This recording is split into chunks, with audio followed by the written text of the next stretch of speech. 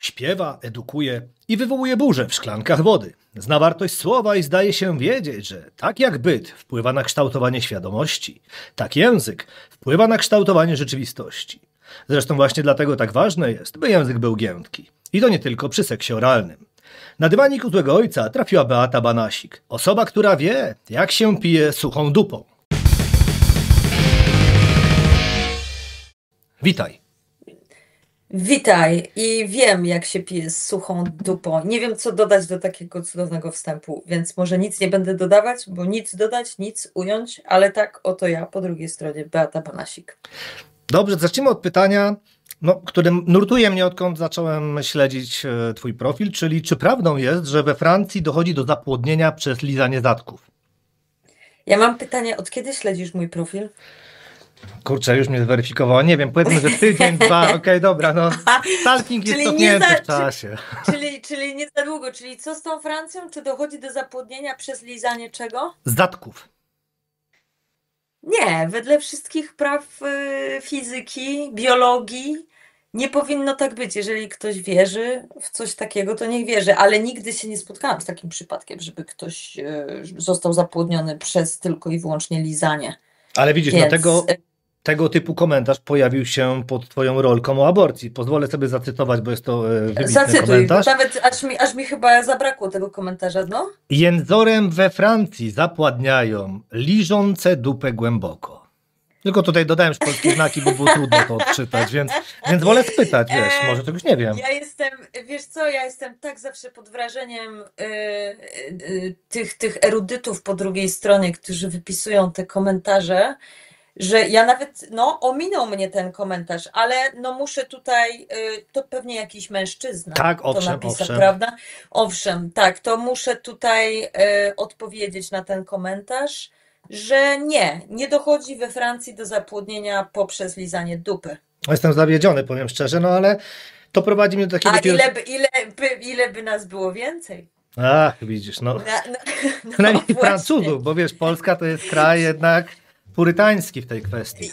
Jest, to racja, tak, zgadzam się z tobą. Wiesz, ale powiem ci, że nieprzypadkowo akurat ten komentarz przytoczyłem, bo on wskazuje jednoznacznie na tak przytoczonym przykładzie, że internauci miewają jednak pewne problemy z edukacją seksualną, więc powiedz mi, kiedy warto byłoby zacząć rozmawiać z dziećmi o seksie?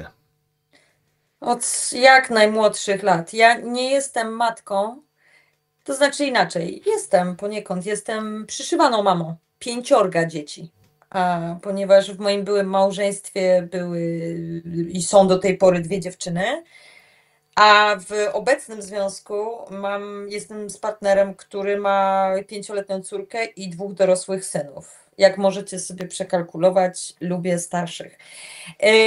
Więc własnych dzieci nie mam, natomiast miałam do czynienia z dziećmi od lat 5 w górę. Przeszłam przez dojrzewanie jako niematka, jako macocha i to nie był podział w sensie, że ja miałam dzieci w domu raz na tydzień czy raz w miesiącu, tylko codziennie z różnych przyczyn, więc dotknęłam macierzyństwa, można by powiedzieć, tak w 100%. To znaczy widziałam, co tam się po prostu robi, co tam jest w tych głowach u kobiet, bo to akurat dziewczyna, ale to mniejsza z tym, to nie chodzi tylko o nią, uważam, że zawsze starałam się od samego początku rozmawiać z dziećmi, z młodzieżą w sposób otwarty, bez cenzury, będąc sobą, nie udając i rozmawiać w sposób taki, żeby dać młodzieży, bo tutaj mówimy o sferze seksualnej, więc nie dzieciom, ale młodzieży,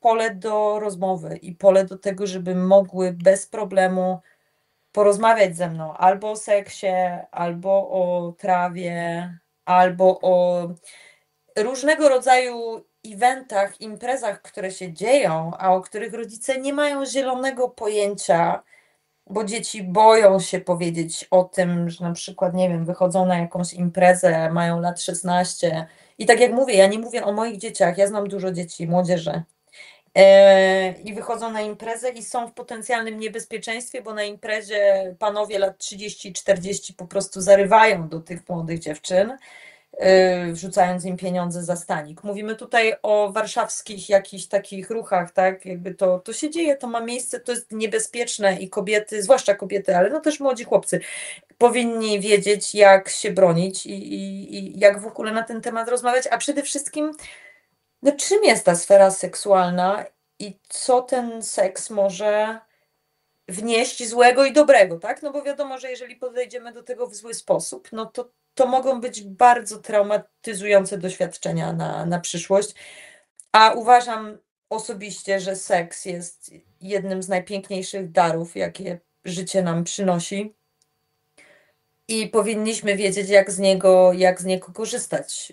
Więc wydaje mi się, moim takim skromnym zdaniem, tak jak mówię, nie jestem psychologiem, jestem tylko, no nie psychologiem, to mam wrażenie, że z dziećmi od najmłodszych lat, w momencie, w którym poczujemy, że już możemy, i to od nas zależy, jeżeli rodzic, opiekun, mentor ma otwarty łeb i jest w stanie wyczuć, a to się widzi w oczach, w reakcjach, w ciele młodzieży, dzieci, czy są gotowe, czy są ciekawe, bo ta ciekawość się zaczyna rodzić, oni muszą mieć z kim rozmawiać, nie? Jak nie mają z kim gadać, to gadają z kolegami, z koleżankami na internecie, w internetach i tam zaciągają różnych informacji, raz dobrych, raz złych, dzielą się wspólnymi doświadczeniami razem, ale jeszcze gówno wiedzą, więc dobrze, żeby była po drugiej stronie otwarta osoba, która po prostu da tej młodzieży przestrzeń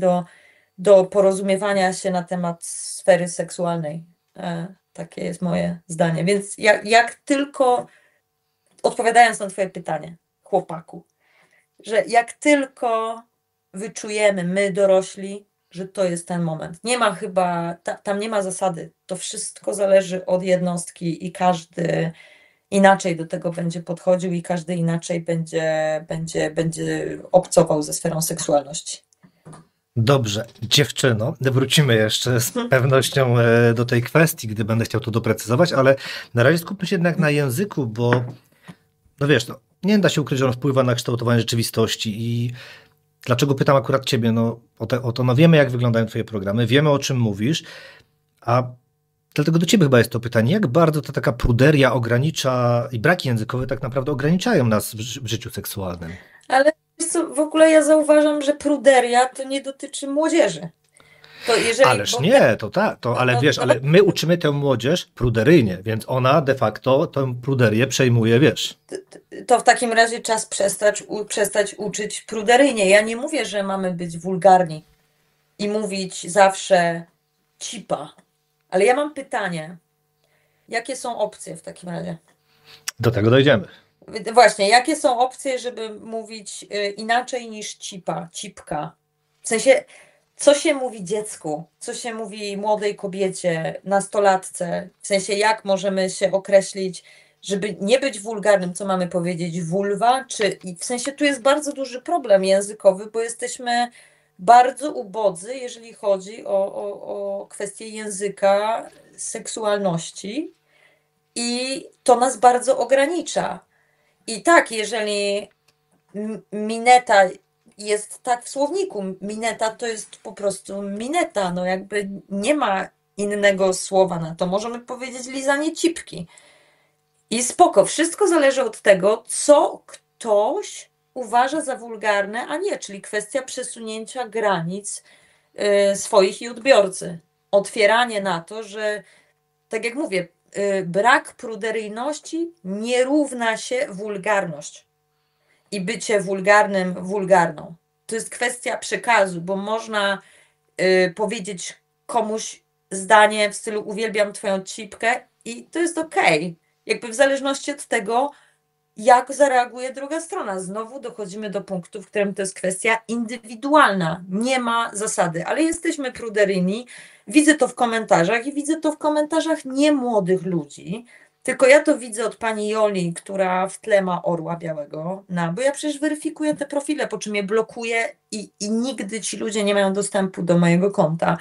Albo pan Grzegorz, który stoi po prostu przed jakimś czołgiem na jakimś, nie wiem, polu minowym gdzieś w Niemczech, bo wyjechał na wakacje i stwierdził, że zrobi sobie zajebiste zdjęcie przed czołgiem. I ja patrzę i ja szczerze powiedziawszy, mój komentarz do tych komentarzy, zanim ich zablokuję, brzmi, że ten komentarz mnie nie dziwi. Co ci się stało, biedny człowieku? Dla mnie to jest najważniejsze pytanie, w sensie, co się dzieje w głowach ludzi, których stać na tego typu komentarze. I mówię, to nie są młodzi ludzie. Młodzi ludzie są 10 razy bardziej otwarci niż próchno, które jest po drugiej stronie i które jest sfrustrowane i nienawidzi świata. Przede wszystkim nienawidzi siebie. Więc młodzież z tym slangiem nie ma problemu. Dziewczyny mogą się trochę zaczerwienić, one będą może trochę speszone, chłopcy tam coś tam też heheszki, ale oni podejdą do tematu z otwartą głową i nie będą pisać komentarzy, chodź, to cię wyrucham, bo to jest w ogóle inny mindset. Natomiast komentarze z drugiej strony tego typu przychodzą od ludzi, no to jest pokolenie, na pewno nie milenialsi, na pewno nie Gen Z, mówimy o starszych ludziach, w sensie mówię, nie wiem, która generacja, ale raczej osoby starsze i ja mówię o ludziach 50, 60 plus, więc myślę, co trzeba mieć we łbie w wieku 60 lat i na jakim etapie życia jesteś, żeby pisać tego typu komentarze. I to jest bardzo smutna rzeczywistość. Moim targetem są Polacy, więc ja mam przestrzał. Po prostu ja uczę Polaków. Mój profil jest zrobiony dla ludzi, którzy mieszkają w Polsce. 90% ludzi to są zajebiści ludzie. Natomiast 10% to jest totalne dno, z którym nigdy nie chciałabym się spotkać na żywo. Nigdy. W sensie to są ludzie, do których nie mam żadnego szacunku, bo napisali tego typu komentarz. I mam nadzieję, że nigdy ich nie spotkam. Też dlatego blokuję i ograniczam kontakt jak mogę najbardziej. To są bardzo długie wypowiedzi. Ja nie wiem, czy one nie są za długie. Ależ nie, ja dzięki temu miałem czas, żeby przejrzeć słownik, bo przyznaję się, że będę się wspierał dzisiaj słownikiem seksualizmów polskich, więc z ciekawszych określeń, określeń jest ryś. Jest to neutralnie już z XVII wieku określenie. Tutaj kolejne. Podołek. Wiesz, tak próbuję, bo strasznie długo mi telefon mielił, bo mam to w wersji cyfrowej, więc musiałem zobaczyć wydruki, ale tak, młoda damo, są takie słowa. Podołek? Proszę? Znaczy, bo ja się zaraz zżygam. Jeżeli ktoś nazwałby moją cipkę podołkiem, to bym miała chyba, w sensie, nie wiem, jakiś taki odruch. Chyba wymiotny. Wiesz co, ale ja ci powiem, że i tak daję takie słowa, które jakoś specjalnie nie zaskakują, bo przyznam bez bicia, podstrzesze, myślę, że już byłoby jednak dużo... Podstrzesze byłoby dobre na test w sensie jak napisać takie słowo, bo na przykład nie mam pojęcia jak pisać, w sensie jeżeli chodzi o ortografię. Ale wiesz co, nie, no to ja bym się domyślił, ze względu na pracę, że to jest od strzechy. I zaraz sprawdzimy, poczekaj, sobie sprawdzę. Tak? Tak, jest, od strzechy. Strych budynku krytego strzechą. Dobrze, ale strzecha pisze się przez RZ? Tak. Dobrze, strzecha. Dobrze, zaraz zobaczymy, może coś jeszcze znajdziemy. Nie no, podwozie akurat, ciekawe, bo nie, podwozie... Podwozie słyszałam już. Ale nie, ale właśnie tutaj było, że podwozie, muszę sprawdzić, to były chyba jednak inne miejsca. To też jest w ogóle zaskakujące, że nie wszystko jest tak oczywiste tutaj. Podharcmistrz jest z kolei homoseksualistą. To tak tuż obok hasło. Nie wiem, kto to wymyślał, ale żebyś wiedziała, tych haseł wcale nie jest mało, bo słownik z 99 roku notuje ich blisko 11 000. Według różnych źródeł mamy 16 000 takich seksualizmów i gdy je sprawdzałem i konsultowałem... jeżeli możemy to nazwać w ogóle seksualizmami. Bo tak, ale to jest bardzo szerokie. To jest tak jak, nie wiem, młotoszenie bobra, jak to było, bo to jest w ogóle z pewnego stand-upera, którego tu pozdrawiam, zaraz sobie przypomnę, bo akurat to też miałem. Wychochlować świntuchę. To powiem ci, że już uważam za naprawdę kreatywność, więc tak, mamy takie, w tym kierunku idzie nasz język. Jeżeli chodzi, wiesz co, ja tu mam taki zgrzyt. W sensie, i rozmawiałam z różnymi kobietami na ten temat. No, na przykład, jeżeli, nie wiem, idziesz do łóżka, masz seks z człowiekiem, który jest obcokrajowcem, nie Polakiem, to jest bardzo dużo słów. W sensie ten seks rzadko jest cichy. Tam są słowa. One brzmią pewnie dla nas Polaków trochę egzotycznie, trochę bardziej filmowo, ale nie w tym rzecz. Te słowa brzmią seksualnie. Ja nie wiem, w sensie mam wrażenie, że w polskim łóżku jest raczej cisza. Mam takie przeczucie, że ciężko jest dobrać słowa, które podkręciłyby sytuację erotyczną, bo mam wrażenie, że język to hamuje. To tak samo jak rozumiem, że ktoś mówi cycuszki, ale jest to obleśne. I wiadomo, i nie mówię, jednym się to może podobać kobietom, innym nie. Ale mamy jakiś rodzaj ograniczenia brzmieniowego. Ja mam wrażenie, że to nie brzmi dobrze, seksualnie, erotycznie, podniecająco. To jest jak jakaś skorupa, to ja już wolę, żeby nikt do mnie nic nie mówił.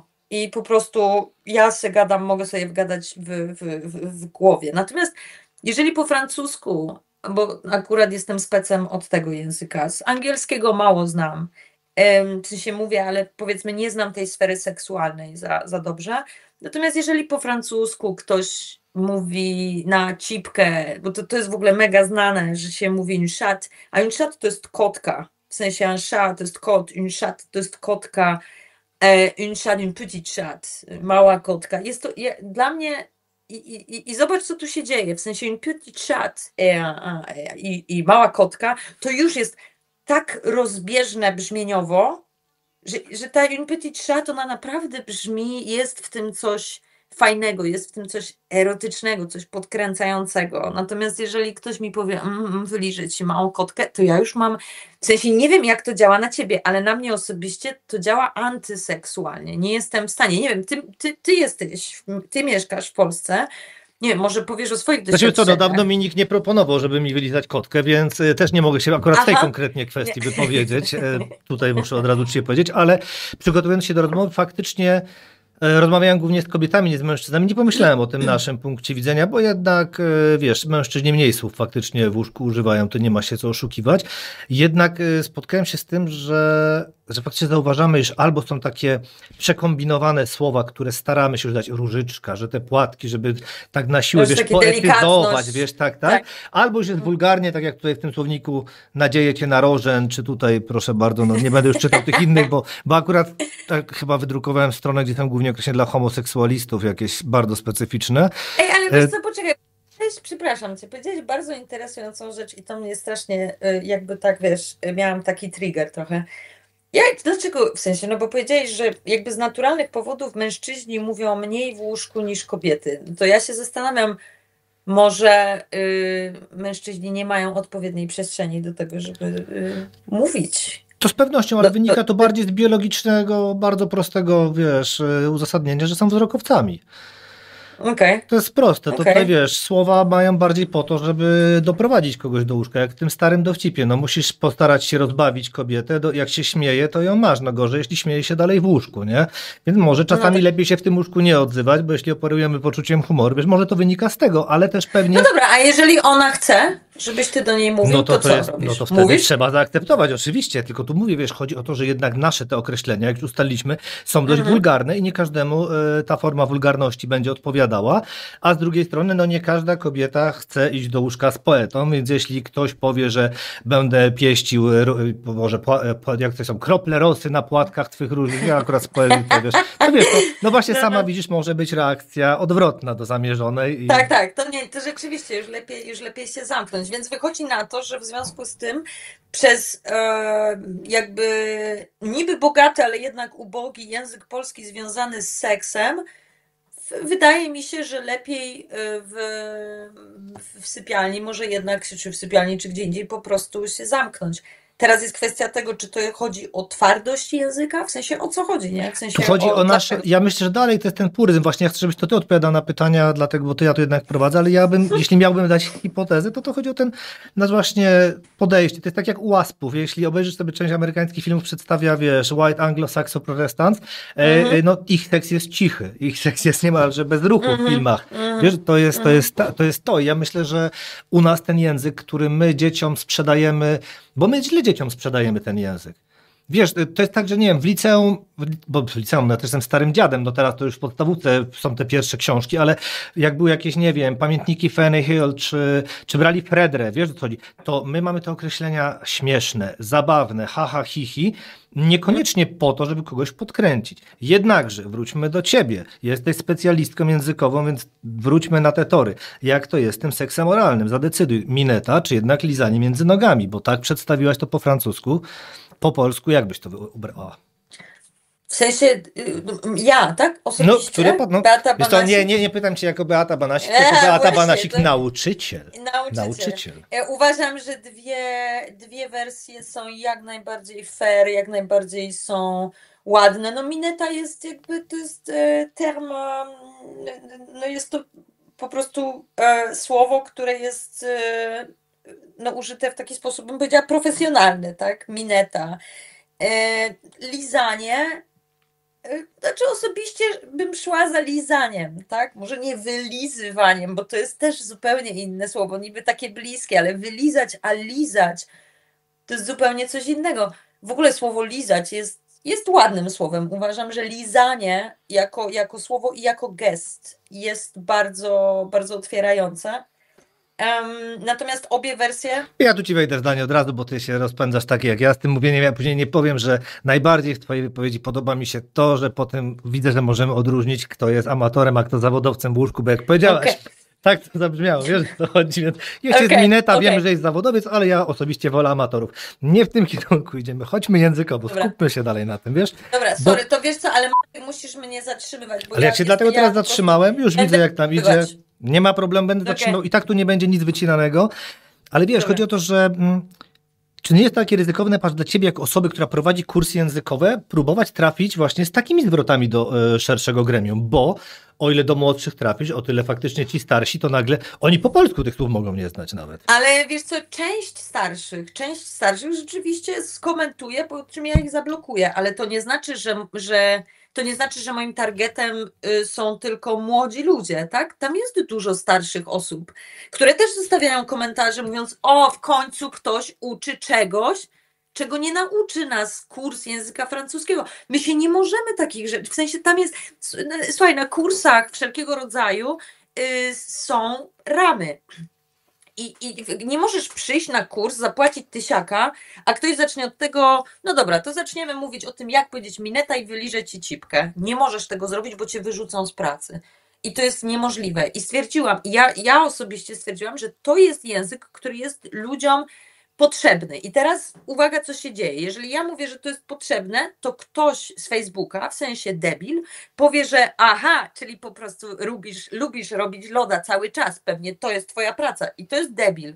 Natomiast 90% komentarzy to będzie, kurde, Beata, spoko, nie? To jest fajne, to jest motywujące, chcę wiedzieć więcej. Nie dlatego, że lubi robić loda każdemu innemu facetowi codziennie, tylko dlatego, że interesuje się kwestią języka. I ja za każdym razem w moich lekcjach i krótkich reelsach mówię, to nie jest po to, żeby wam powiedzieć, co ja robię, co wy macie robić, tylko to jest język, to jest nauka języka, a to, że ktoś tego nie potrafi rozróżnić, to nie jest mój problem. A to z pewnością, ale nie odnosisz też czasami wrażenia, że Polacy są tacy przeczuleni w kwestii słów określających rzeczy, które są, no ich zdaniem, kontrowersyjne. No wszak wiesz, używasz słów, które przecież, używając tych słów niekoniecznie namawiasz kogoś do działania, jak to było właśnie w przypadku minety i no, od czegoś zaczyna się seks, na czym się kończy, więc aborcji, a niektórzy tak to odbierali. Wiesz, jesteśmy jednak przeczulonym społeczeństwem. Jesteśmy bardzo przeczuleni, w sensie to jest, to nie chodzi o to, żebym tutaj teraz zrzucała po prostu bluzgi na Polaków i o Boże, jesteśmy tacy zamknięci, bo wcale, my jesteśmy coraz bardziej otwartym społeczeństwem, ale jest gruz. Jest gruz, który został i to tak będzie wyglądało. My się musimy z tym mierzyć. Nawet bym powiedziała, nie wchodzić w dyskusję, tylko blokować. Tak jak powiedziałam, jeżeli idzie się na zajęcia z języka francuskiego, no to co na zajęciach mają powiedzieć? To ja wam teraz powiem, drodzy Państwo, jakie są metody aborcyjne we Francji i powiemy w ogóle, jak jest aborcja. No bo to jest kwestia, to jest słownictwo. Ja uczę ludzi używania słów, to znaczy, że ktoś jedzie do Francji i chce dokonać aborcji. Do czego ma prawo, niech se robi co se chce, to nie jest moja w ogóle działka, po czym idzie do szpitala i przynajmniej wie, o co chodzi, wie, co to jest za słowo. Ja staram się ludziom ułatwić, nie? Już jedna laska mi napisała, że jak aborcja, że takie reelsy, to one, uwaga, one mogą wpłynąć na decyzję kobiety. Ja mówię, kurwa, kobieta ma własny mózg i nie musi iść za słowem Beaty Banasik, bo mnie nie zna. Jestem totalnie randomowym no-name'em i nie jestem mentorem, który będzie kierował laski w stronę aborcja czy nie aborcja. I jesteśmy zacofani pod tym względem. Jakby oczywiście, że ja wrzucając tę rolkę o aborcji, to ja wiedziałam, z czym się będę mierzyła później. Natomiast jeszcze jedna rzecz. Tego typu kontrowersyjne dla niektórych tematy, no to szanowni mili, to mi przyciąga publiczność. To jest haczyk, to jest prowokacja. I to jest jakby, ja tego chcę uczyć, ale ktoś sobie, kurwa, już nie croissant, nie tam bagietka, nie dzień dobry, do widzenia, potrzebuję dojechać z lotniska do hotelu, tylko dowiedzmy się o tym, jak założyć, zapytać o tę gumkę, nie? W sensie, czy masz gumkę ze sobą? Bo się laska znajdzie w sytuacji X i zgubi się językowo. A dobrze, żeby chociaż coś jej tam mignęło, nie? Że to było na lekcji. Że une capote. Swoją drogą kapot to jest decapotable, to jest taki samochód, który ma otwierany taki tył. No nieważne, dobra. W każdym razie od tego pochodzi to słowo, ale kapot, czyli prezerwatywa i to znaczy założyć gumkę i to znaczy, że w każdym języku, żeby się bronić przed AIDS czy kiłą, dobrze wiedzieć, jak powiedzieć, załóż gumkę. Tak, bo się chce chronić, nie? W zupełności, ja właśnie, wiesz, no, jeśli ktoś uważa, że namawiasz ucząc języka tym, no dobrze, no to jest to nasze podejście, ale żebyś miała taki ogląd, specjalnie drukowałem też zagraniczny słownik, w którym jako jedno z pierwszych wersji aborcji po angielsku jest dokładnie z łaciny amblosis, bo też tego słowa brakowało, ale powiedziałeś o sytuacji, że ktoś jechałby do Francji i dokonać tam aborcji. Ja bardziej myślę, że to, czego uczysz, bardziej przydatne, gdy jestem w tej Francji i ta potrzeba nagle zachodzi, bo jeśli jadę tam dokonać aborcji, to sobie sprawdzę w tym słowniku, a tutaj, kiedy są nerwy, kiedy człowiek się gubi, wiesz, żeby nie było, że później pomyli, wiesz, obrzezanie z kastracją, jak to się może też zdarzyć. Tak, i poza tym, zresztą w ogóle, jeżeli chodzi o ten konkretny temat, no to jakby wiemy, co jest we Francji i teraz część ludzi, te 10% znowu powie, że to jest też zajebiste, nie? Kraj arabstwa, tak, kraj czarnuchów, kraj usuwania ciąży. Oni tam wszyscy będą Arabami zaraz, islam. Ja nie mogę tego czytać, w sensie tego rodzaju komentarze również. To jest jakaś wizja Francji stworzona przez propagandę, która jest fałszywa. Mówimy o może jakiejś części dużych miast we Francji, okej? Jakby to nie ma nic wspólnego z miejscem, w którym żyję, a nawet jak się jedzie do Paryża, to rzeczywiście jest sporo muzułmanów, ale oni jakby to nie jest tak, że na każdym rogu czeka ktoś na ciebie z nożem, ale to wiemy, nie musimy o tym tutaj mówić. Natomiast jeżeli chodzi o aborcję i tak dalej, to Francja jest na tyle otwarta, że na ten temat się po prostu mówi i to jest słownik, którego się używa, a proszę mi uwierzyć, że generalnie Francuzi posługują się w wielu sytuacjach skrótami, co też pokazałam w mojej rolce, że nie będziemy mówić avortement, czyli aborcja, tylko IVG. I to jest skrót. I oni nie będą mówić avortement, oni będą mówić IVG. I IVG, i ty musisz wiedzieć, czym jest IVG. Bo nie, no ktoś ci powie, słusznie, musi być krótsze słowo, bo to szybki zabieg ma być, więc to nie ma co się rozwlekać. Tak mówią. Dobrze. Skoro już tak jesteśmy na trudniejszych tematach, wróćmy na sekundę najłatwiejszy. To ile znasz tak zwanych seksualizmów? Jak już doszliśmy z tego słownika, to tak tych słów i zwrotów około seksualnych. Myślę, że ze 150. 150? 150 różnych rzeczy, ale to jeżeli wrzucamy w to właśnie ładne i troszkę bardziej wulgarne słowo i jeżeli wrzucamy w to na przykład lizanie, tak, które lizanie nie jest koniecznie seksualne, a może być. Więc jakby tych słów trochę, które można użyć w sferze seksualnej i które można ludziom sprzedać. Nie wiem, ile dałam na Reelsach, ale pewnie sporo. O miłości, o uprawianiu miłości, właśnie, no bo to jest jeszcze też jest kwestia tego, chłopaku, że generalnie Francja jest uważana za kraj romantyczny. Tak, będziesz miała o to pytanie, ja ci już przerwę, bo mi chłopakujesz mi tu, już ci przerywam. Ja tu po prostu szukam, daję ci dojść do głosu, bo szukałem informacji, którą czytałem gdzieś, przygotowując się do rozmowy z tobą, ale no, będę musiał przytoczyć z pamięci, o ile się nie mylę, za czasów Kazimierza Jagiellończyka poddany mógł użyć około 250 zwrotów seksualnych, tyle wtedy wyceniano Polskę, więc wiesz, proszę mi tu się nie cofać do średniowiecza. Jestem do tyłu. No, chyba poszukam kogoś, kto zna więcej. Po prostu, bo tu... Ja tu też chciałam podkreślić jedną rzecz, że ja jestem człowiekiem, który uczy języka francuskiego, człowiekiem, który żyje we Francji. I musimy też wiedzieć jedno, że tutaj Francuzi, to nie jest tak, że oni mają nie wiadomo jak bogaty język. Nie, on jest bogaty, w sensie w książkach, w słownikach, to jest ogrom. Ale to tak jak u nas, nie? No w sensie powtarza się jedne i te same słowa. To nie jest tak, że oni szukają nie wiadomo czego. No i w pewnym momencie, ja studiowałam tu we Francji i tu się uczyłam tego typu słów, no bo z koleżankami na studiach o czym się gadało? No o seksie, nie? A z chłopakami to o czym się gadało? No o seksie. No to dobra. I ja w ten sposób łapałam, więc to słownictwo, które złapałam przez te 15 lat mojego życia, takie posiadam i to nie jest tak, że ja teraz po naszej audycji wejdę w słownik i będę szukać kolejnych słów. Nie, ja mam słowa, mam jakiś po prostu mój słownik, którego używam i wiadomo, jestem daleka od tego, żeby znać je wszystkie. Ale nie są mi potrzebne. Więc... Ja wszystkim, którzy są zainteresowani, gdzie tak studenci i studentki rozprawiają o seksie, to od razu powiem, że to było, o ile mnie pamięć nie myli, Université d'Artois. Université d'Artois w Arras, ale no, to nawet nie jest w sensie, no wydaje mi się, że to nawet nie była kwestia uniwersytetu, tylko wieku. W sensie, że byliśmy po prostu w takim wieku, że tak się gadało, a jakoś tak, mówię, to po prostu szło i w ogóle no, oni po prostu o tym mówili. I ja się w ten sposób tego uczyłam. No dobrze, a to zresztą teraz... moje pierwsze... przepraszam. Nie przepraszaj, tylko walcz. Nie, bo tak właśnie też osoba, z którą konsultowałem się przed audycją, chciała spytać, no coś, o czym zresztą przed chwilą powiedziałeś, no bo wiesz, przyjmuje się, że Inuici mają nawet ponad 60 określeń na śnieg, no ale ty teraz mówisz, że Francuzi nie mają aż tylu określeń na seks, choć no wydawałoby nam się, że to język kochanków, wiesz, język miłości. Tak, no to tak jest, ale nie wydaje mi się, żeby eksploatowali ten język w 150%, w sensie jest x zwrotów, które możemy zaliczyć do romantycznych i pięknych, je veux te faire l'amour, chcę ci robić miłość, no zajebiście ładne, je veux te faire l'amour, ale je veux te baiser, chcę ci pieprzyć, też ładnie brzmi. To są, i właściwie są te dwie sfery. Jedna jest taka bardzo romantyczna, ale bez żadnych tam płatków róż i kropel czegoś tam rosy na piersiach. Jednak pomijamy tego typu metafory.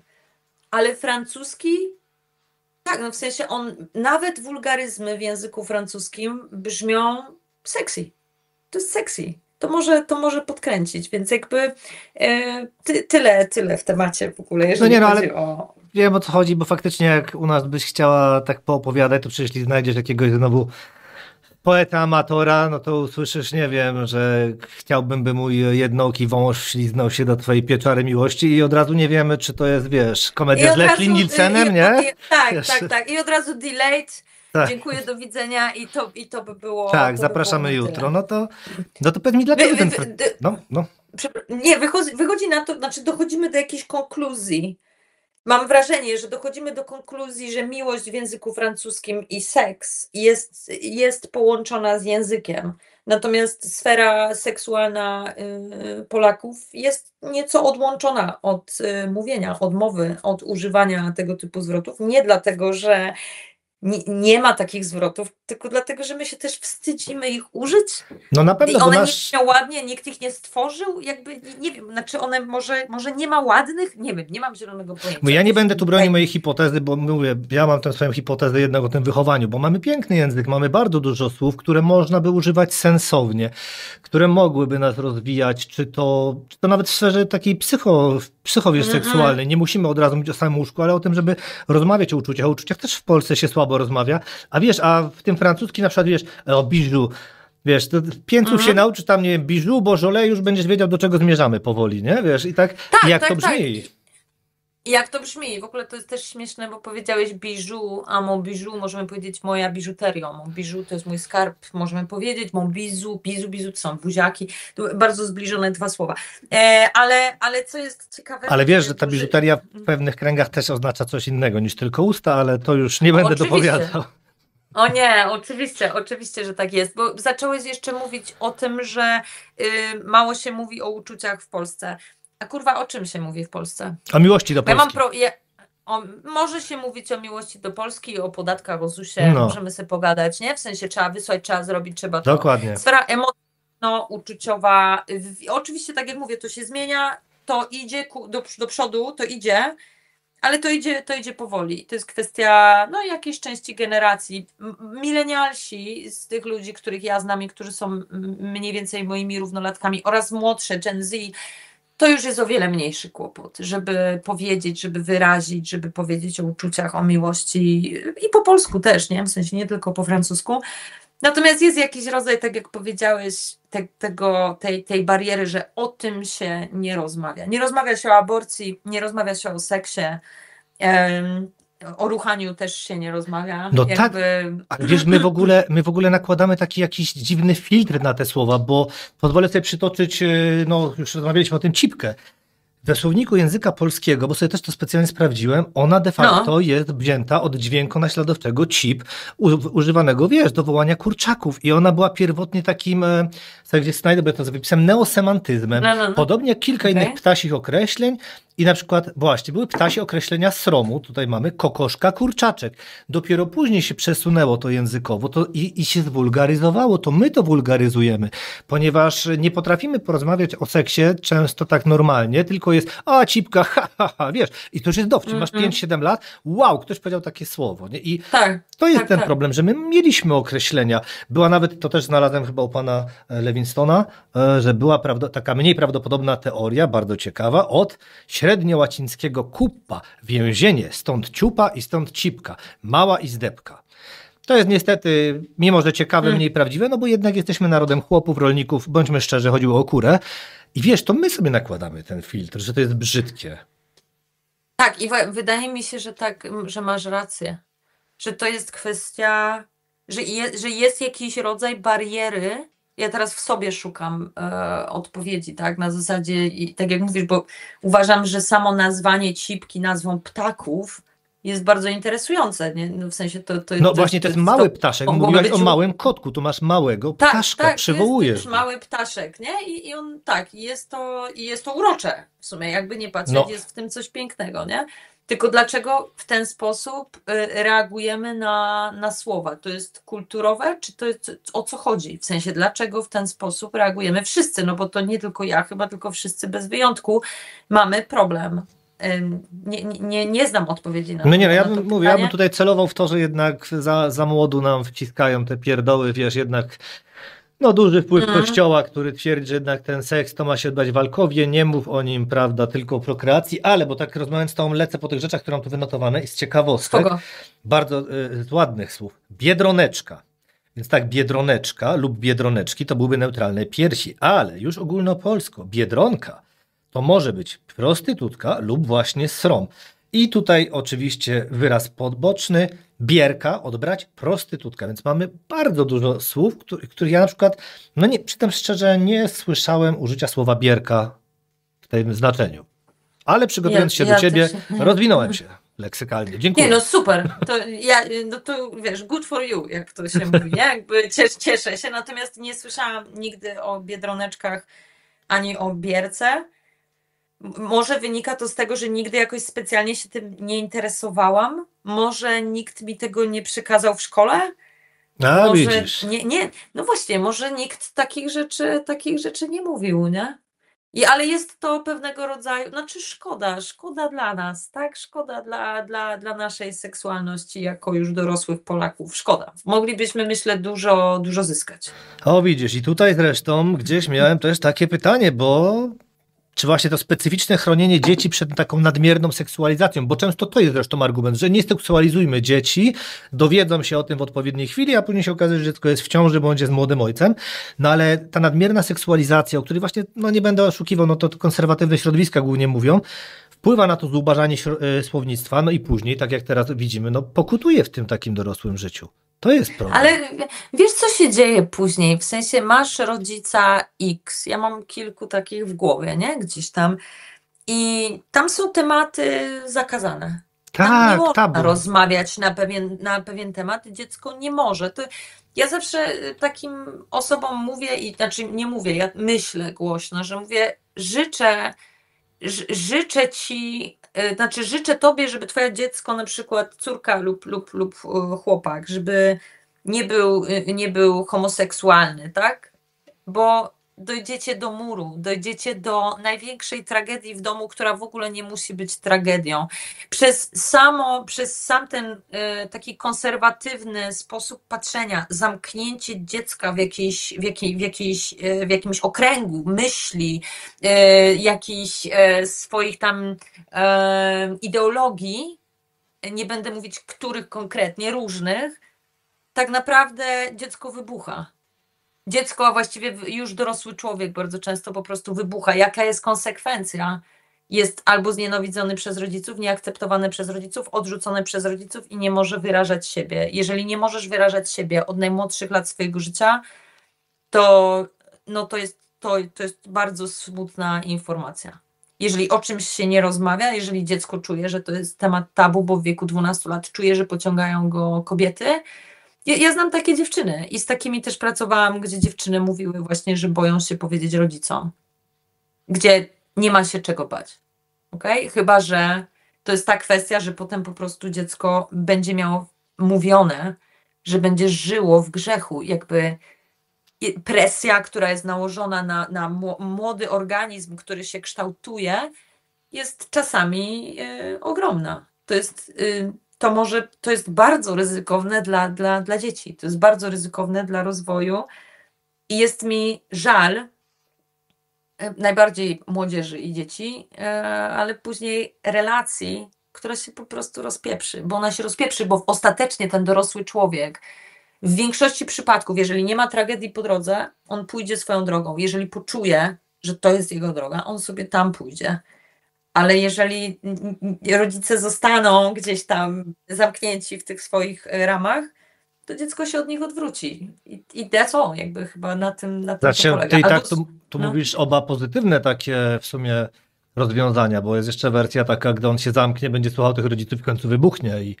To może wybuchnąć, tak jak mówię, jeżeli nie bierzemy pod uwagę tragedii. Tak, no właśnie, czy zabójstwo, tak? Jakby tak. Nie musimy sobie powiedzieć, że jakby ten temat jest tak delikatny, że jeżeli musi, i to ty wiesz i wszyscy to wiemy, tak? Znaczy ludzie myślący to wiedzą, że nabudowana frustracja jest zabójcza. Ona może spowodować śmierć jakby swoją lub czyjąś, tak? I niestety to się zaczyna w komentarzach na Facebooku. To się zaczyna w domu. Najpierw w domu zaczyna i później, wiesz, a później z domu wynosisz to na Facebooka, ale pozwolę sobie wrócić tutaj do hipotezy Safira Whorfa, którą pozwoliłem sobie jako jedyną rzecz dzisiaj wsadzić ci tu w usta na samym początku, czyli o języku wpływającym na kształtowanie rzeczywistości. No to powiedzmy sobie, bo powiedział o homoseksualizmie, że w Polsce ten homoseksualizm, jeśli chodzi o kwestię językową, no to jest żywcem wyjęty spod celi. Cwer, ciota, wiesz, wszystkie słowa mają tak po prostu negatywne nacechowanie, pejoratywne. Teraz właśnie sprawdzam ten słownik, no to żeby ci mieć rozprut, homoseksualista, do tego w dwóch wersjach, ruja, stosunek homoseksualny, rumotanie, homoseksualny, wiesz, wszystkie one brzmią, one odczłowieczają jednak, wiesz, to, no i później to siedzi w głowie, ta wrogość do homoseksualistów. Siedzi w głowie, ja widziałam kiedyś taki obrazek nie wiem, na fejsie czy na Instagramie mignął mi taki obrazek, że właśnie była postać matki, taki tylko szkic z takim bardzo językiem, tak, który przechodzi z usta małego dziecka i to jest, no jeszcze raz wracamy znowu do punktu wyjścia, to znaczy to, co jest w domu i w szkole, przenosisz dalej, tak? I też nie mówię bez powodu w szkole, bo w szkołach też różne rzeczy się słyszy, różne rzeczy się mówi, nie? To nie jest tak, że tylko w domu jest źle, to różne rzeczy się dzieją też na podwórku szkolnym. Ale jak czytasz te rzeczy, to jest mi, znaczy jedyne uczucie, które przychodzi do mnie, to jest smutek. Jest mi smutno. Ja naprawdę odczuwam smutek i jest to przykre. Jest to przykre, jeżeli w ten sposób podchodzimy do rzeczy. Ja nie należę, wiesz, do najbardziej po prostu wyzwolonych i liberalnych ludzi na tej planecie, okej? Mam swoje zdanie i gdzieś mam granice. Ale nawet jeżeli, i teraz kwestia jest tego, jeżeli ktoś nie przeszkadza mi z tym, to ja mam na to wyjebane. Ja życzę wszystkiego dobrego, tak? Tak, ale musimy nauczyć się jednej rzeczy, której nie umiemy, wzajemnego szacunku i życzenia drugiemu człowiekowi wszystkiego dobrego, bo to jest, ale to jest do wyćwiczenia. Albo na terapii, która powinna być obowiązkowa, sponsorowana przez NFZ dla wszystkich. No ale nigdy tak nie będzie. Albo jak może sesja na przykład MDMA na terapii par, albo i tak dalej. No są różne, że tak powiem, opcje, żeby wyzwolić siebie i zacząć po prostu rozmawiać w sposób normalny, nie? Ja przez zacięcie toksykologiczne MDMA zupełnie inaczej skojarzyłem, ale kończąc już ten smutny wątek, to wiesz co, no też przygotowując się do tej rozmowy, po troszkę literatury fachowej sięgnąłem i bardzo często powtarza się pytanie, kiedy zacząć rozmawiać z tymi dziećmi o seksie, które ci zadaję, za chwilę ponowię je zapewne.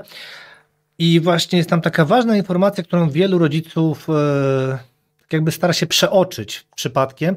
Czyli to nie jest tak, że to ta szkoła, tylko właśnie te pierwsze rzeczy oni wynoszą z tego języka, który powiedziałeś, że tak jak ta mama, to co ktoś w domu powiedział, no tak żarty z gejów, bo w telewizji, a patrz, ciepły taki, a tatyś macy, więc zanim oni pójdą już się edukować seksualnie, zanim usłyszą te pierwsze rzeczy, to mają już te rzeczy wtłoczone, no.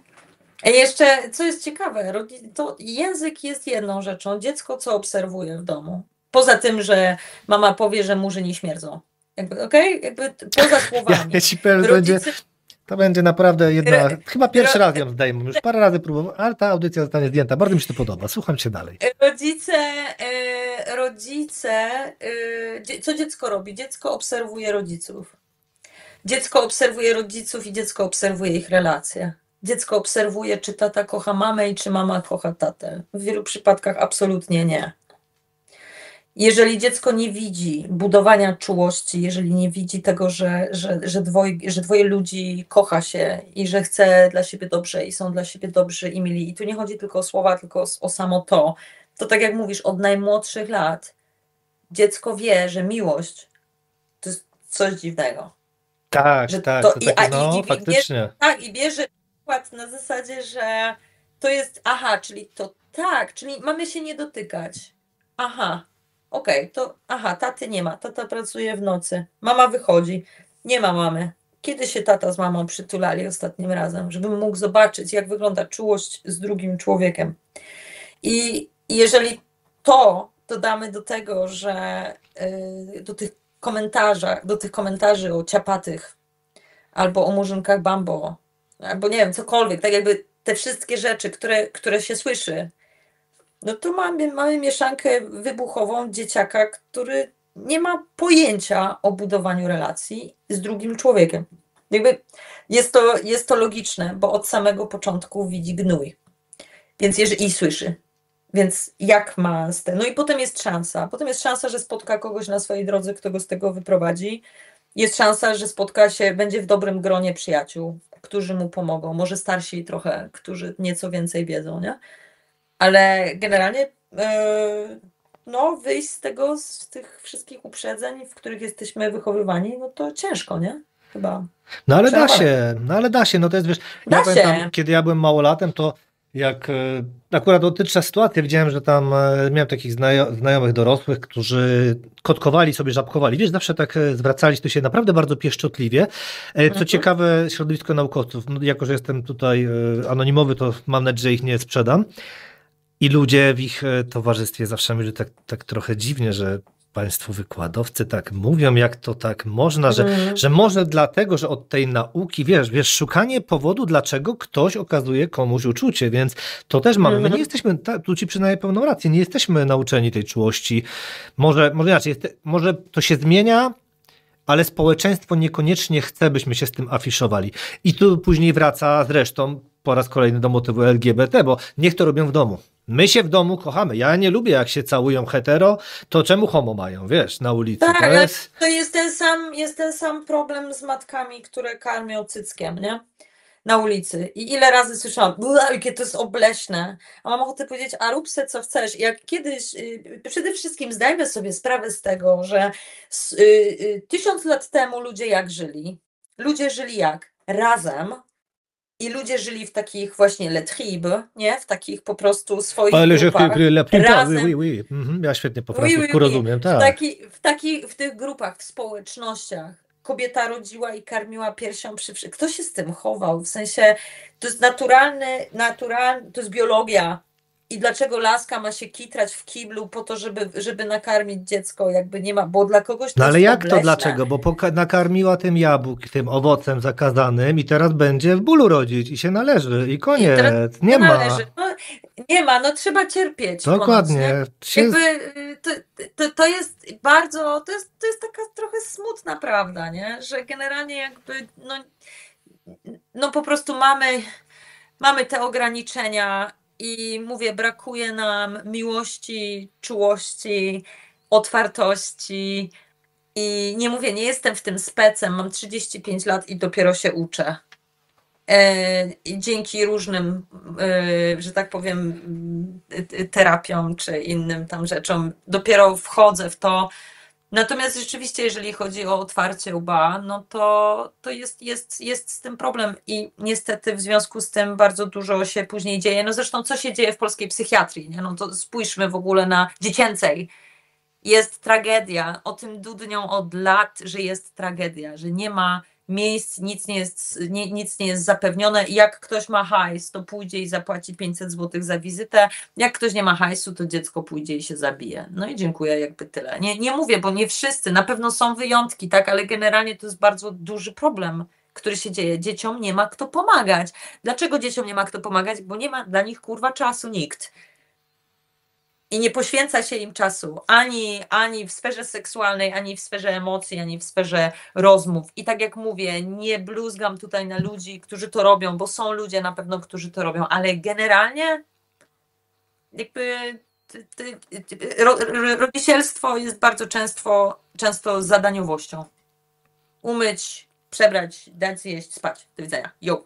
Bo rodzice muszą pracować, bo rodzice muszą zapierdalać, bo rodziców nie ma. No tak, często rodzicielstwo jest przypadków. odbierane, nakarmiłem dziecko, no to już spełniłem wszystkie obowiązki rodzicielskie.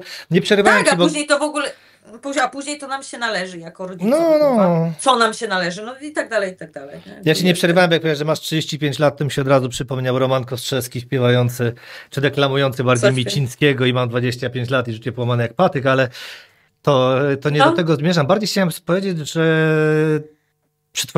przy tym, co mówiłaś, naszła mi taka refleksja w jednym z podręczników dotyczących komunikacji dla dzieci, jest to, że jedną z najbardziej prawdopodobnych przyczyn, że w ogóle zaczęliśmy się komunikować słownie, nie było to, by ulepszyć polowania, bo to można było sobie ręcznie przekazać, ale po to, żeby mówić o miłości. I tak jakbyśmy, zgubili to. Bo tak naprawdę najbardziej abstrakcyjne rzeczy, miłość, później filozofia itp. itd., no to one były przekazywane właśnie dopiero słownie.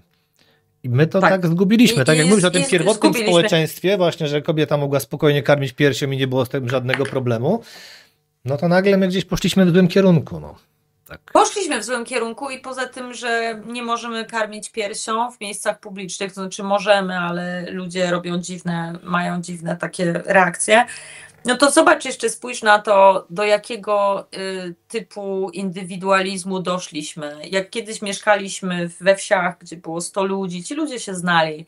Generalnie każdy sobie pomagał. Co się dzieje teraz? Zobacz, w jakim układzie my żyjemy wszyscy. W sensie jest, i to też jest w ogóle, to też wpływa na relacyjność z dzieckiem i rodzica z rodzicem, bo żyjemy w jakich układach? Rodzice i dzieci, zazwyczaj, nie mówię zawsze, tak?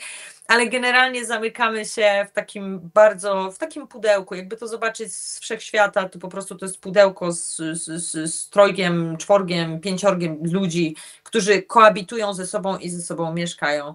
Ale to jest przejebane. W sensie, jak sobie zdasz sprawę z tego, że codziennie musisz widzieć tę samą babę i codziennie ona musi widzieć tego samego chłopa i wszystkie problemy, wszystko wychodzi tylko w tej parze.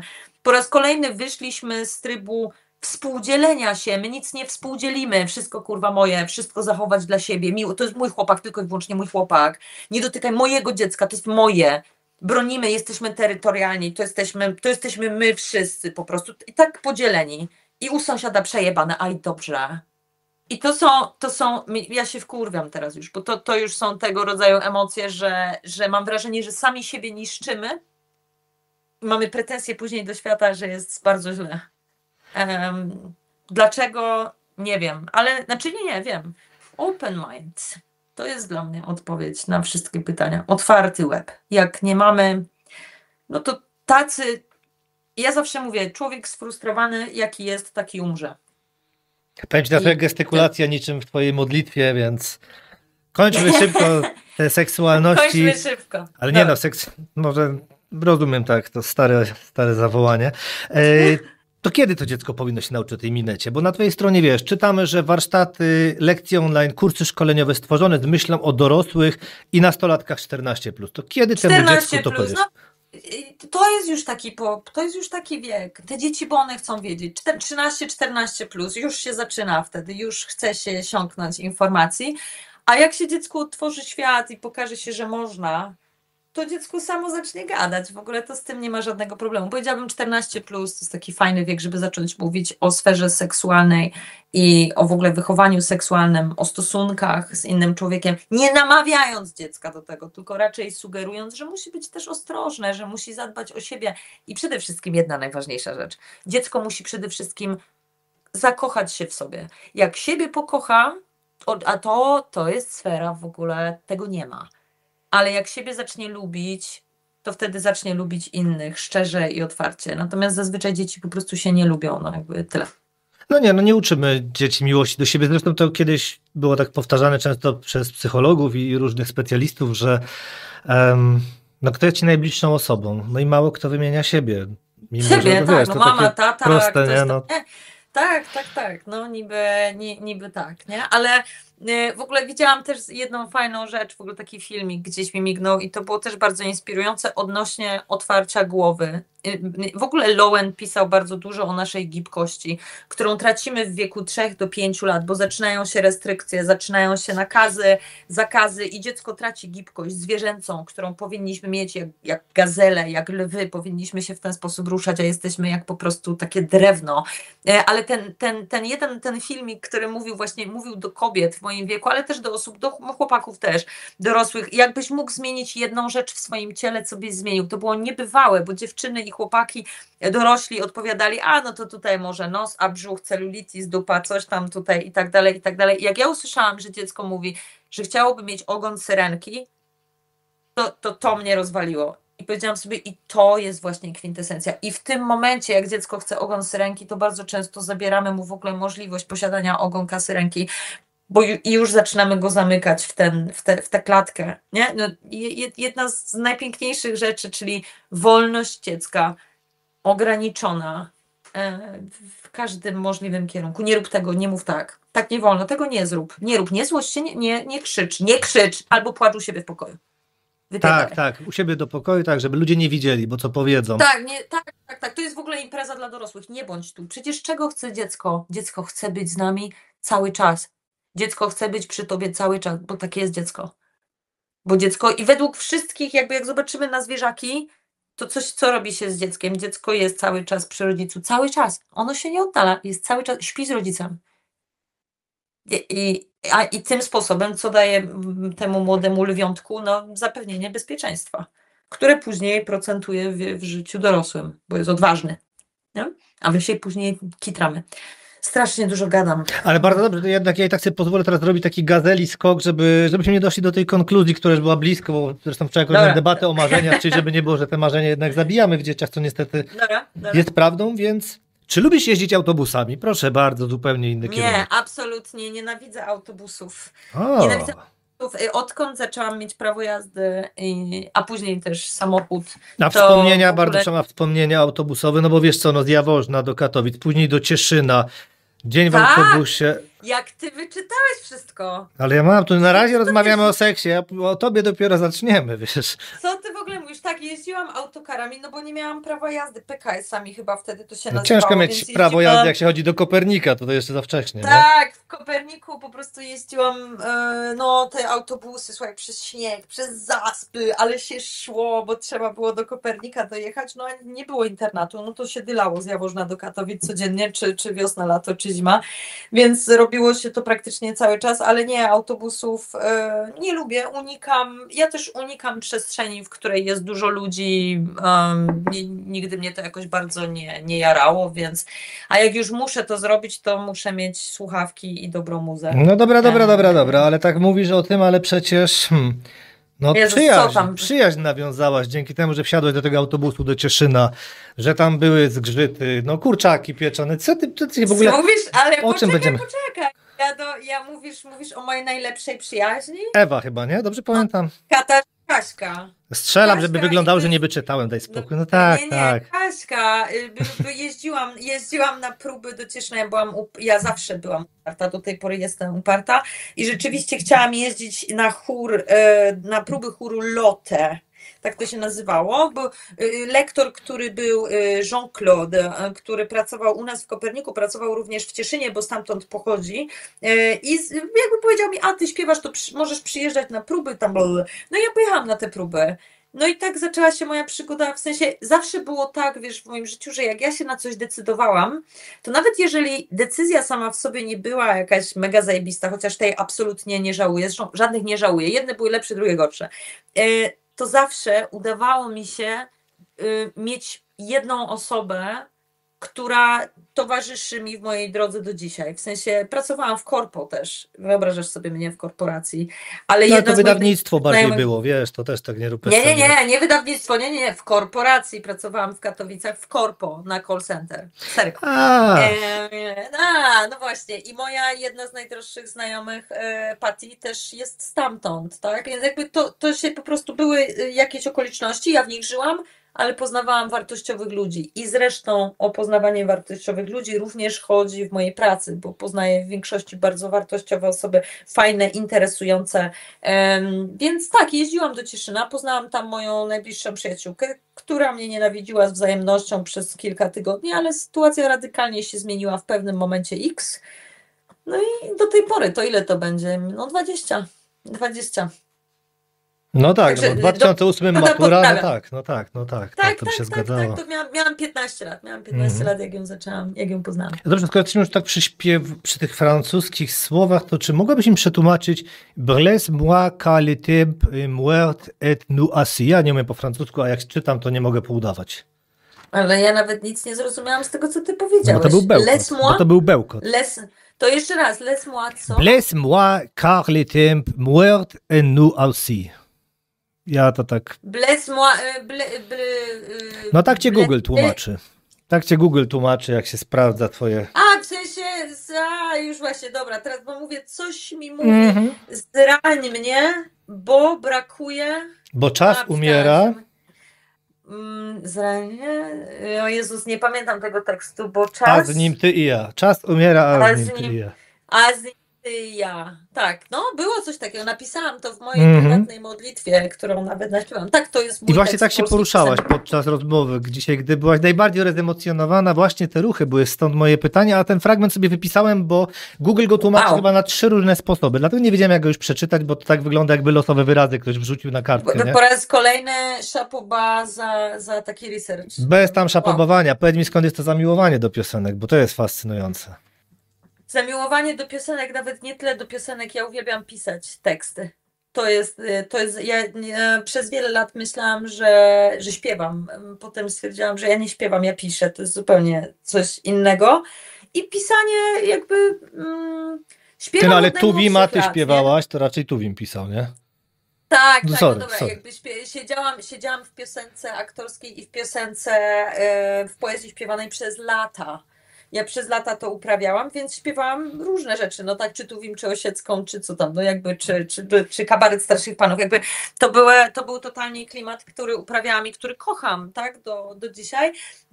Natomiast na pewnym etapie życia, zresztą pierwsza i ostatnia płyta, i więcej nawet nie chcę wydawać, ale pierwsza i ostatnia płyta powstała po takim bardzo spektakularnym rozstaniu z pewnym Le Français.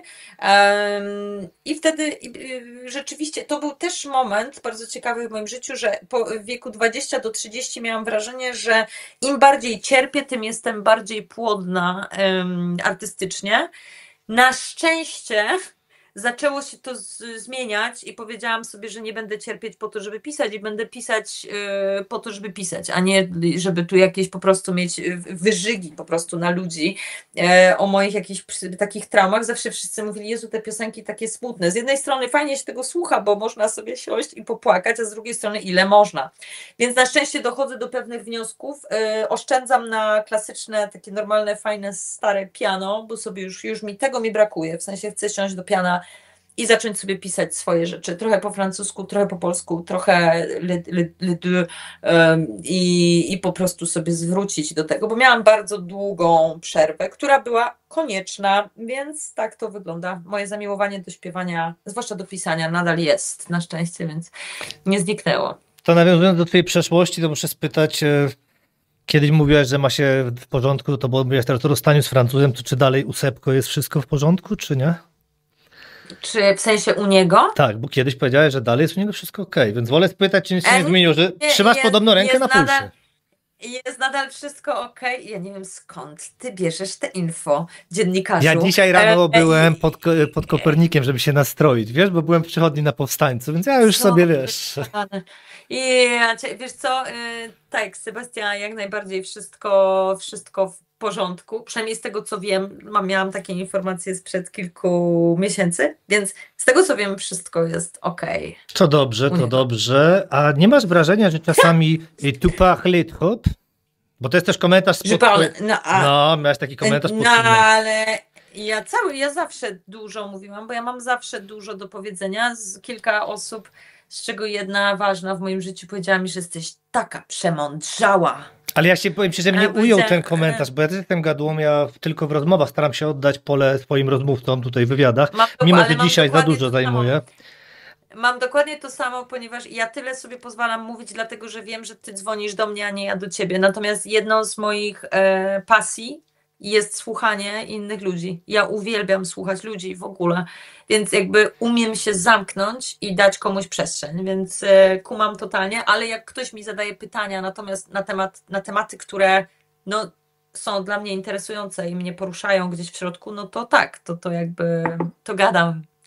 To dam ci do wyboru teraz, bo tak czas nas goni, więc powiedz najpierw takie pytanie, które miało być kończącym, poważnym, czy może pytania od gościni jednej, czy coś na szybki strzał w stylu jak się pije suchą dupą. Co wolisz teraz? Chwila odskoczni, czy coś poważnego? Odskocznie, dawaj odskocznie. Jak się pije suchą dupą, bo zafascynowało mnie to.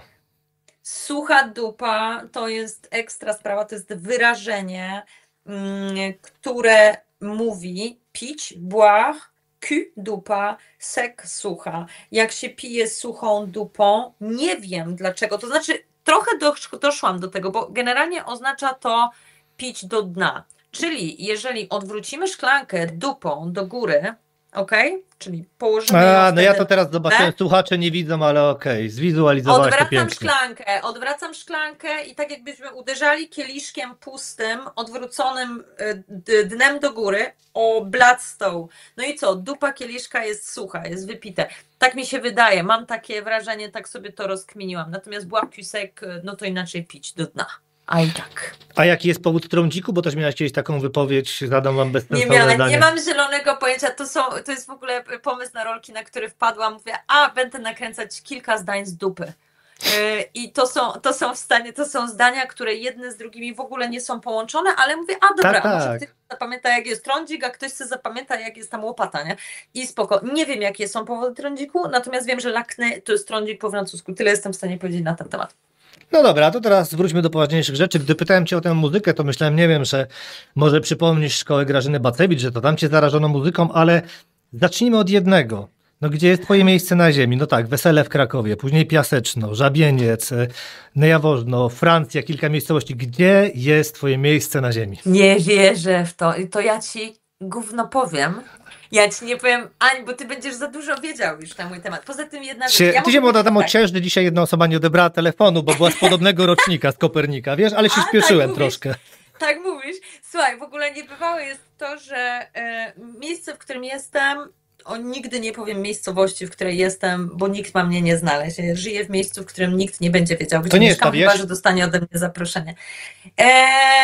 Nawet jeżeli to jest ta wieś, to na szczęście jestem tu do końca maja. Dobrze, uszanuję. Więc potem będę bardzo uważać. A jaką masz wieś? Ja żadnej. Mów tam dalej, na spokojnie. W każdym razie Nord Pas de Calais, czyli północ Francji, Szlechtii, czyli mówię, to jest ten region, który umiłowałam. Żyję pod jednym dachem z, no, żeby nie skłamać, najpiękniejszym człowiekiem, jakiego poznałam dotychczas, więc tak, współdzielę z nim tę samą przestrzeń. Mam psa białego i w ten sposób żyję i zapieprzam w pracy, ale generalnie jest to francuska wieś. Zdecydowałam się, że 35. urodziny, choćby skały srały, będę już tutaj. No więc chyba 2 dni przed moimi urodzinami spakowałam manaty i spieprzyłam z kraju. Tak zrobiłam. Pięknie. To nie taki poważny, no w sumie optymistyczny akcent. Wiesz co, ja sobie pozwolę chyba nim dzisiaj skończyć, bo mam dużo jeszcze ciekawych takich pytań, o które osoby chciały cię spytać, które konsultujące właśnie o bestsellery francuskie, o kresze, o dziesiątki rzeczy. No jak jest być wieśniakiem, to ja cię chciałem spytać, ale skoro już nie chcesz zdradzić... Campagnarda. Ale nie, to ty kiedyś powiedziałeś, że jesteś wieśniakiem, że... Ja jestem, w sensie, wiesz, to jest zajebiste. W sensie, to ja się tego uczę. To jest w ogóle bardzo ciekawy temat, ale naprawdę szybko. Ja bym była w niektórych kręgach uznana za bardzo niechlujną. Bo nie wiem, nie noszę stanika, Też nie noszę ten sam sweter przez kilka dni. W ogóle się nie maluję, ja nie mam zero make-upu, mam niezrobione pazury. Jestem bardzo zadbana, ale generalnie wychodzę w ogóle z takiego kręgu, że trzeba coś. Mam wyjebane na to, co trzeba. Jak ja słyszę, że ja coś muszę, to mi jest słabo, więc generalnie moje bycie wieśniakiem polega na tym, że obracam się bardzo często wśród ludzi ze wsi, wśród bardzo prostych i wartościowych ludzi, którzy na przykład pieką mi chleb. I to uwielbiam jak najbardziej. I staram się jak najbardziej być prostym człowiekiem, zminimalizować moje potrzeby zminimalizować do maksimum. Chcieć od życia jak najmniej. Chcieć po prostu mało i jak najmniej konsumować, więc tutaj tak, jestem też pod tym względem. Staram się być jak najprostsza w tym wszystkim. Wieśniakiem, dlatego że chodzę w gumiakach, i często wchodzę w jakieś krowie kupy, bo tutaj na tych polanach po prostu jest tego mnóstwo, ale tak, i uczę się prostoty. I tego chcę się nauczyć przez kolejne 35 lat mojego życia.